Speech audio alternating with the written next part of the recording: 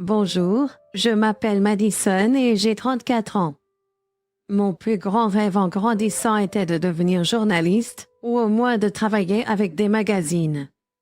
J'avais un dos pour l'écriture et je suis devenue assez familière avec les tendances. Donc ce n'était pas surprenant lorsque j'ai poursuivi des études en journalisme et médias à l'université.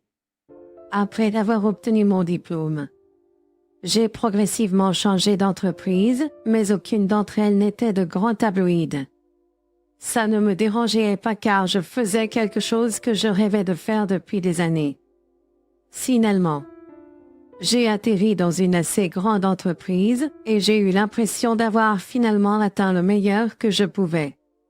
Il s'était écoulé 7 bonnes années depuis l'obtention de mon diplôme et vers l'âge de 28 ans, j'ai rencontré mon mari, Jean. Jean venait d'une famille assez aisée qui avait sa propre entreprise. Je mentionne cela seulement parce que sa mère, Marie, me détestait et m'insultait toujours car elle pensait que j'étais d'un statut inférieur au sien, donc je n'aurais pas dû l'épouser. Quoi qu'il en soit, Jean et moi avons daté pendant environ 3 ans avant de décider de nous marier. Comme je l'ai dit, Marie, la mère de Jean, n'était pas contente de moi. Elle me rabaissait toujours et se moquait du fait que je travaillais pour un magazine et que j'avais un diplôme en journalisme. J'étais assez blessée et contrariée au début car ce n'est pas ainsi qu'on traite quelqu'un, mais pour une raison quelconque. Marie pensait que c'était acceptable de le faire. Jean a toujours pris ma défense contre sa mère et son père. Pierre prenait également ma défense chaque fois qu'il était là pour entendre les choses que Marie disait. J'étais reconnaissante pour tous les deux, mais au fil des mois, j'ai commencé à m'habituer aux insultes de Marie. Jean avait même proposé que nous prenions un peu de distance avec elle au début, mais je n'étais pas d'accord avec ça. Jean travaillait avec son père, et s'il arrêtait de parler à sa mère, cela pourrait rendre les choses gênantes pour Pierre. Pierre était vraiment une personne incroyable et je ne voulais pas qu'il se retrouve dans une telle position. Je ne voulais pas non plus que Jean coupe les ponts avec sa famille à cause de moi. J'ai appris à m'en accommoder, surtout parce que nous ne rencontrions Trish que 2 fois par mois au maximum. Mais cela a changé quand Fred a dû partir à l'étranger pour un projet professionnel. Trish a fait tout un plat sur le fait de ne pas vouloir être seule, et donc Scott et moi avons accepté de la laisser rester avec nous jusqu'au retour de Fred. J'avais un pressentiment que j'allais le regretter, mais dans ma tête, la famille passait toujours en premier. Bien sûr, c'était l'enfer de vivre avec elle quand elle scrutait et critiquait constamment tout ce que je faisais, en plus des insultes qu'elle me lançait à tout moment, mais cela ne me dérangeait pas tant qu'elle ne me causait jamais de tort. Cela a changé cependant lors d'une semaine fatidique. J'avais une grosse présentation à venir. Nous réaménagions une section particulière de notre magazine et j'avais la responsabilité de fournir une bonne refonte. Cette présentation allait être celle qui déciderait si j'allais obtenir une promotion. Bien sûr, Trish ne savait pas pourquoi c'était important. Je doute que le fait de le savoir aurait changé sa perception de moi de toute façon. Comme Trish restait avec nous, elle a vu à quel point j'étais stressée à ce sujet. La veille de ma grande présentation, je parlais à Jean de mon anxiété concernant ma présentation quand elle nous a entendus et est entrée dans le salon pour donner son avis. C'est très important. Tous les grands patrons me regarderont. Je n'arrive pas à imaginer à quel point cela doit être effrayant pour toi. Je suis contente que tu aies eu relativement moins de difficultés avec ton entreprise, mais ceci, c'est un tout autre jeu. J'ai tellement peur de tout gâcher. Hey, ne dis pas ça. Tu vas bien te débrouiller. J'aimerais tellement y croire. Je me sens tellement incertaine de tout. Et si je ratais ma présentation? Je n'ai pas pu m'empêcher d'entendre votre conversation à tous les deux. Maman. Nous sommes en train d'avoir une conversation privée là. Eh bien, Madison, je voulais juste te dire que tu n'as rien à craindre. Tu n'as certainement pas les compétences pour quoi que ce soit, donc tu vas probablement mal te débrouiller demain. Excuse-moi? Regarde, considère simplement cela comme une opportunité d'arrêter de travailler et de devenir femme au foyer. Au moins de cette façon, tu seras digne de mon fils. Je n'arrive pas à croire qu'il a réellement épousé une journaliste.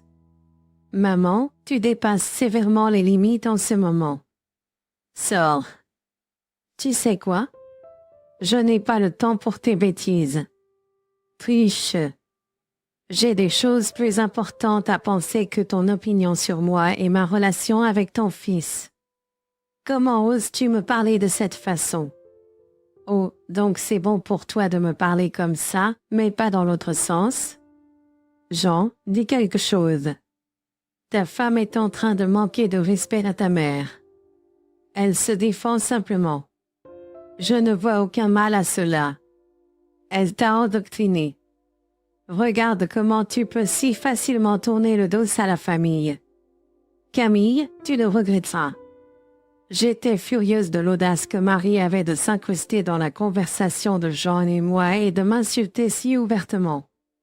Jean a bien sûr essayé de s'excuser pour le comportement de sa mère, mais je l'ai arrêté avant qu'il ne le fasse. Il n'était pas responsable du comportement blessant de sa mère. Nous avons décidé d'en rester là pour la nuit et sommes allés nous coucher. J'étais beaucoup trop concentrée sur tout le reste pour même penser à la menace de Marie à mon égard. J'ai supposé que sa menace ne signifiait que plus de tourments, ce qui honnêtement, je me fichais à ce moment-là. Ce fut une bataille à mener après ma présentation. Le lendemain, je me suis précipitée au travail avec mon ordinateur portable à la main. Quand je l'ai ouvert, j'ai immédiatement réalisé que quelque chose n'allait pas. Tous les fichiers qui étaient là sur mon bureau avaient disparu. Un rapide coup d'œil sur mon ordinateur portable m'a fait réaliser qu'il avait été reformaté. J'ai commencé à paniquer évidemment. J'avais envoyé par email la présentation, alors j'ai essayé de me calmer avec cette pensée. Je me suis connecté à mon compte email pour voir que tout, et je dis bien tous mes emails, avaient été supprimés. Même la corbeille a été vidée. J'ai senti mon cœur s'enfoncer et des larmes ont jailli de mes yeux. J'ai ressenti une peur comme aucune autre à ce moment-là. J'ai dû aller voir mon patron et lui expliquer ma situation, et il n'était pas content de moi. J'ai dû l'écouter me crier dessus pendant un bon moment avant qu'il me dise de ne pas m'embêter avec la présentation car il avait déjà demandé à quelqu'un d'autre de s'en occuper au cas où je ferais une erreur. J'ai su à ce moment-là que toute opportunité pour moi de grandir dans cette entreprise avait été anéantie. Je ne pouvais pas croire que c'était ainsi que ma vie s'était déroulée. Je suis rentrée chez moi en larmes. J'en étais pas encore partie travailler, mais en voyant mon état, il a pris sa journée. Il m'a enlacée et m'a laissé pleurer un moment. Quand je me suis un peu calmée, il m'a demandé ce qui s'était passé. Qu'est-il arrivé, ma chérie? La présentation s'est-elle si mal passée? Il n'y avait pas de présentation pour commencer, du moins pas celle que j'ai faite. Hein? Que veux-tu dire? Tu as tellement travaillé là-dessus, tu as à peine dormi ces derniers jours parce que tu te préparais si dur pour ça. Je sais, mais quand je suis arrivée là-bas, j'ai ouvert mon ordinateur portable pour voir que tout avait été reformaté. Quoi? Comment cela s'est-il produit? Je n'en ai aucune idée. C'était tellement gênant et humiliant de devoir l'expliquer à mon patron. Attends, tu ne l'as peut-être pas sauvegardé ailleurs? Oui. Je me l'ai envoyé par mail, mais même ma boîte de réception et ma corbeille ont été vidées. Oh mon Dieu! Je suis tellement désolée que cela te soit arrivé. Qu'a dit ton patron? Eh bien, il m'a beaucoup crié dessus pour être peu professionnel et paresseux. Il a demandé à quelqu'un d'autre de s'occuper de la présentation. Mais tu as toujours ton travail, n'est-ce pas? Oui, mais je vais rester coincée à ce poste dans cette entreprise. Oh ma chérie, je suis sûre que tu trouveras un meilleur travail. Je serai à tes côtés en toutes circonstances. Ne t'en fais pas. Continue à travailler ici jusqu'à ce que tu estimes qu'il est approprié de démissionner. Oui. Je vais donner ma démission dès maintenant. Je n'arrive pas à croire que j'ai fait tout cela et que juste au moment où j'avais presque ce que je voulais, ça m'a échappé des mains. J'étais assez déprimée après ça, si je suis honnête. Je suis fière de ma capacité à fournir de bons résultats sur tous mes projets, et avoir quelque chose d'aussi perturbant m'arriver a été traumatisant, pour le moins que l'on puisse dire. Je n'ai pas eu d'autres gros projets ou même de bons projets au travail. J'ai retardé ma démission, mais après une autre semaine de travail là-bas. J'ai su que mon temps était réellement écoulé. J'ai donné ma démission et j'ai juste attendu que mon temps là-bas soit écoulé.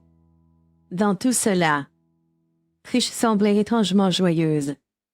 Elle est une fois de plus passée devant notre chambre et m'a vu pleurer après que je sois rentrée précipitamment à la maison. Jean lui a dit de nous laisser tranquilles, mais elle avait l'air heureuse. Elle n'arrêtait pas de faire des remarques sur le fait qu'elle m'avait dit que je ferais la présentation. Au début, j'étais très rancunière envers elle, puis j'ai commencé à réfléchir un peu plus à son comportement. Bien sûr, l'une des raisons pour lesquelles elle aurait pu être vraiment heureuse, c'est que j'allais enfin devenir une femme au foyer après avoir fini de travailler avec l'entreprise. Ou elle était heureuse parce qu'elle avait quelque chose à voir avec mon malheur qui a conduit à la ruine de ma carrière. Je ne sais pas comment l'expliquer exactement, mais j'avais ce sentiment au fond de moi qui me disait qu'elle avait quelque chose à voir avec le reformatage de mon ordinateur portable et la suppression de mes fichiers. Je voulais en parler à Jean, mais je ne voulais pas aller le voir sans au moins quelques preuves. Je devais comprendre comment j'allais prouver que Marie avait fait quelque chose. J'ai pensé que je pourrais simplement la piéger. Mais avant cela, je me suis procuré une caméra cachée à installer dans le bureau pour pouvoir filmer Marie en train de me saboter. Je me suis commandé une caméra qui ressemblait à un détecteur de fumée et je l'ai placée au plafond.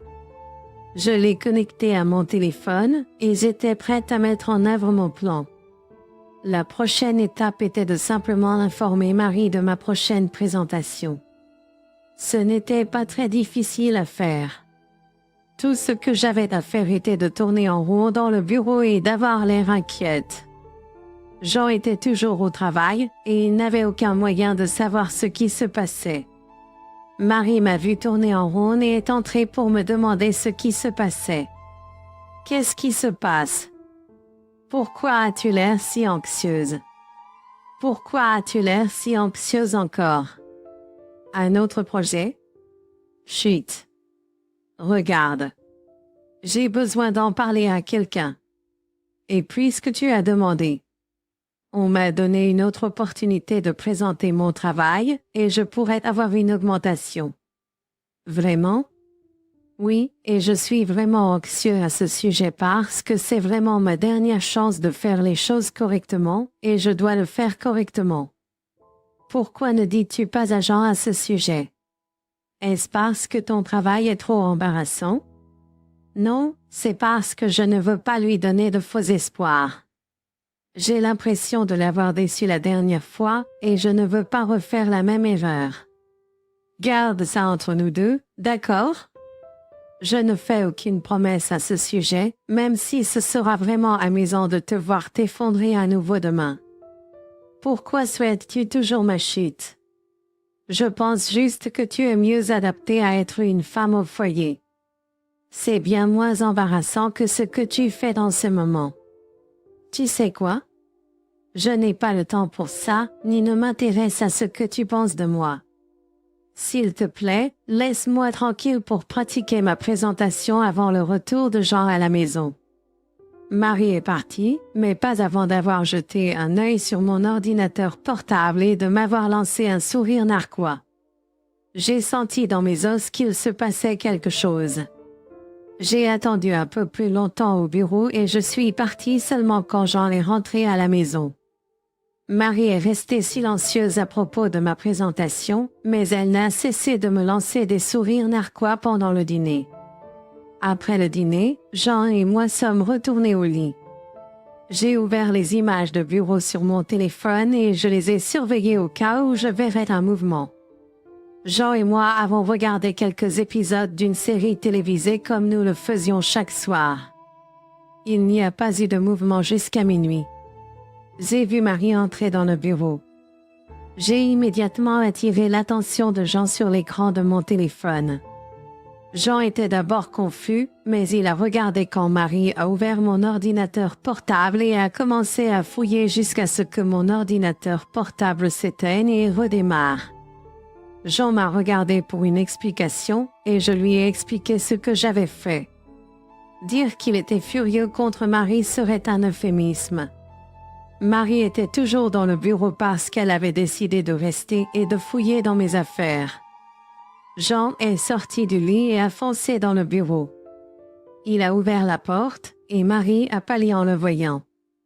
Jean a fait de son mieux pour rester calme, alors il lui a juste demandé ce qu'elle faisait dans le bureau.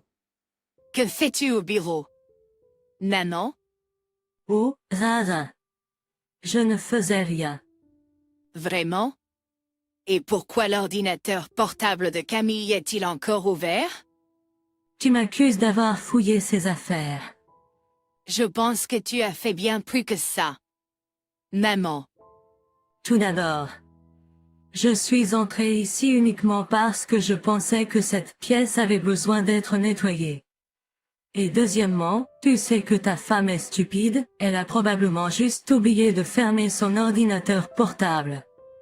Tu as pensé à nettoyer le bureau à minuit? Et ne parle pas de Camille de cette façon. Ne me parle pas de cette façon. Tu es un homme adulte, mais je suis toujours ta mère. Oui, ma mère qui a MVC et saboté ma femme. De quoi tu parles? Regarde, on t'a surprise à réinitialiser l'ordinateur portable de Camille. Tu m'espionnais. Non, nous avons juste pensé que nous devrions prendre des mesures de précaution supplémentaires pour nous assurer que ce qui est arrivé à Camille ne se reproduise jamais. C'est dégoûtant. Comment oses-tu me filmer sans mon consentement? Je n'ai pas installé de caméra dans ta chambre. Je l'ai installée dans mon bureau, et tu es entré sans mon consentement. De plus, même si c'était dégoûtant, ce n'est rien comparé à ce que tu as fait à Camille. Je veux que tu sortes de notre maison, dès demain matin. Mais je serai toute seule. Je m'en fiche. Le lendemain matin, Trish a essayé de gagner du temps en aidant à préparer le petit déjeuner et en faisant la vaisselle, mais Scott n'en voulait pas. Dès qu'elle eut fini de faire la vaisselle, Scott est descendu avec ses 2 sacs. Il lui a dit qu'il avait préparé ses affaires pour elle et lui a commandé un Uber. Trish a essayé de le supplier de rester et a même commencé à pleurer, ce qui était une expérience très étrange compte tenu du fait qu'elle était habituellement celle qui faisait pleurer les autres. Scott l'a laissée debout là et est allé dans notre chambre. Trish s'est tournée vers moi et a commencé à me crier dessus pour l'avoir piégée. Je lui ai dit que si quelqu'un devait crier, c'était moi. Elle a de la chance que je n'ai pas diffusé les images à tous ses amis et sa famille, mais si elle dépassait les bornes, je veillerai à ce que tout le monde le voie.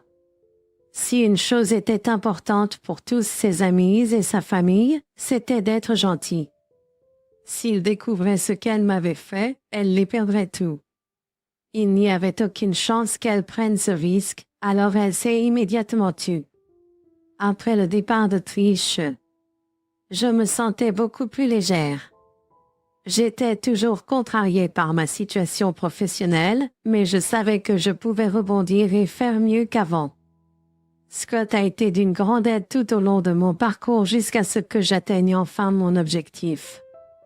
Une fois ma période de préavis terminée, J'ai pris un peu de temps pour me reposer, mais aussi pour réfléchir à la direction que je voulais prendre.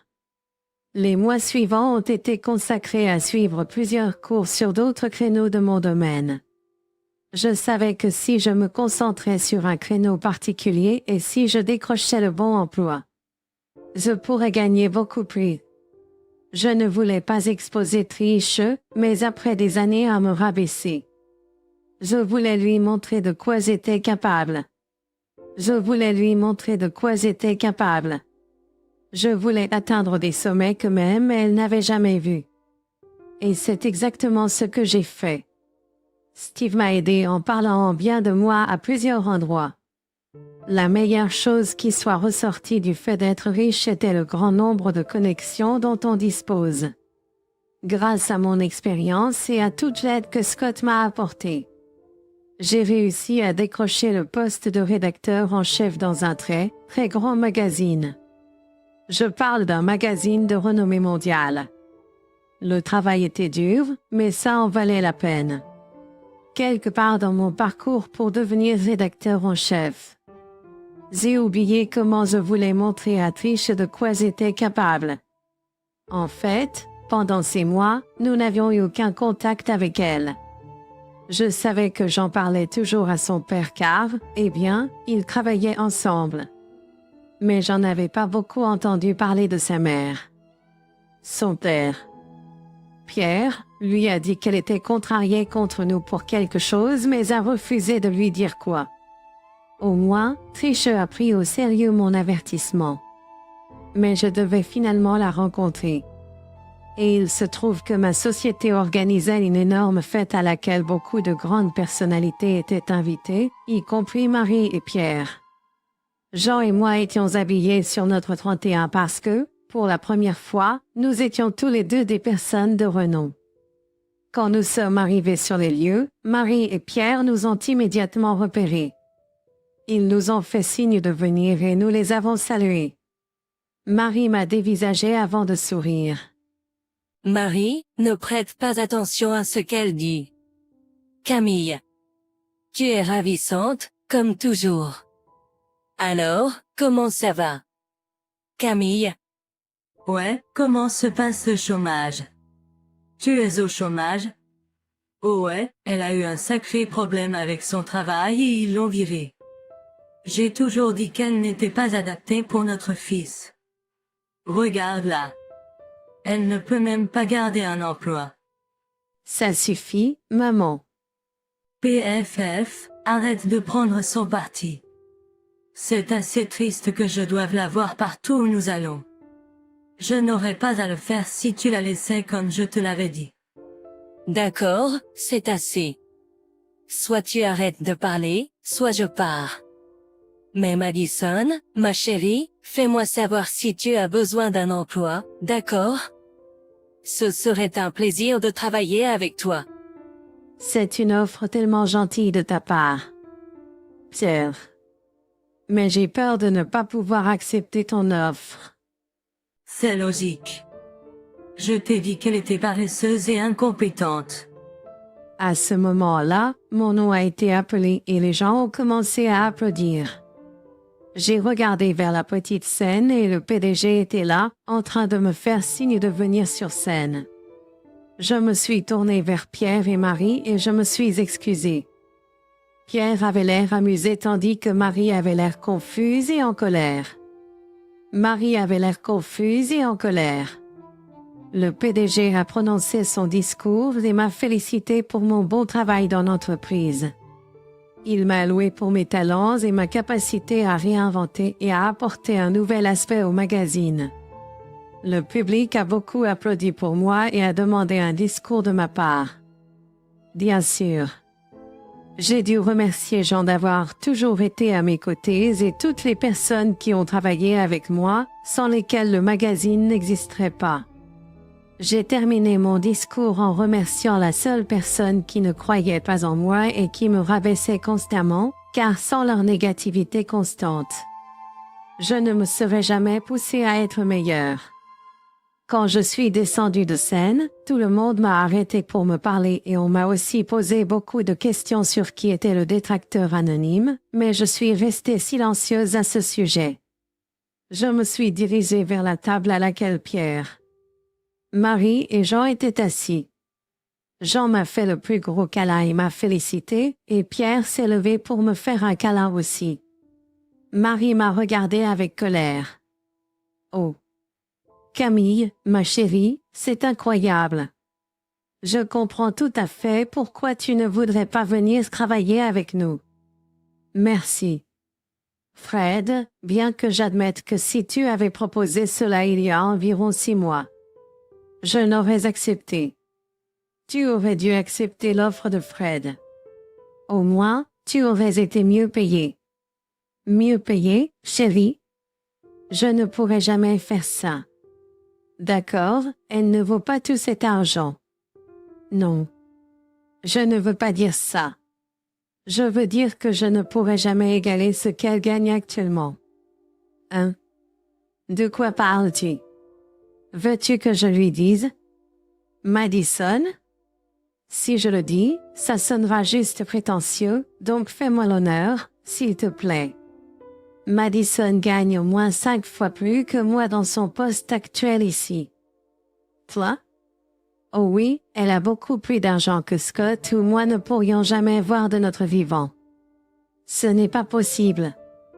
Tu dois te tromper. Il n'a pas tort, maman.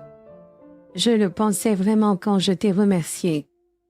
Sache juste que tu as été rien de moins qu'une brute avec moi, et j'espère que me voir beaucoup plus réussi que n'importe qui dans ta famille te pique. Oh regarde. J'ai des gens plus importants avec qui parler. Tu devras excuser Jean et moi. Pierre, n'hésite pas à venir nous voir quand tu veux. Au revoir. Marie. Pierre a ri et a levé son verre pour trinquer avec moi alors que Jean et moi laissions une Marie abasourdie à la table. Je ne m'étais jamais senti plus vivant et satisfait de ma vie. C'était vraiment un exploit incroyable que j'avais accompli et j'étais fière de là où Jean était arrivé. Je suis également très reconnaissant à Jean de m'avoir soutenu. Merci de m'avoir écouté.